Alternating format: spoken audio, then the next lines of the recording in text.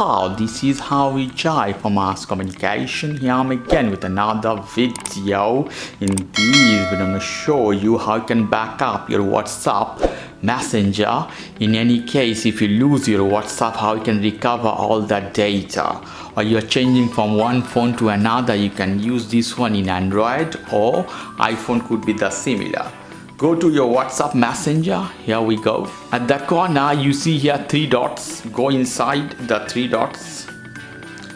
In 3 dots, you see the setting option. Go inside the setting. In setting, you go to this option. It's called chats. Go inside. In chats, you see backup here. Hit this button and should connected with Google account or other account to backup data. Hit backup. Starting the backup here. Let's see, please wait. Process is going on.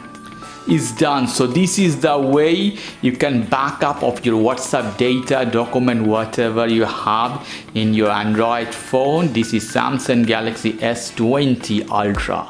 Okay guys, if you like this video, please do subscribe to my channel. If you like this segment, please give me a thumbs up. Take care till then. Bye bye.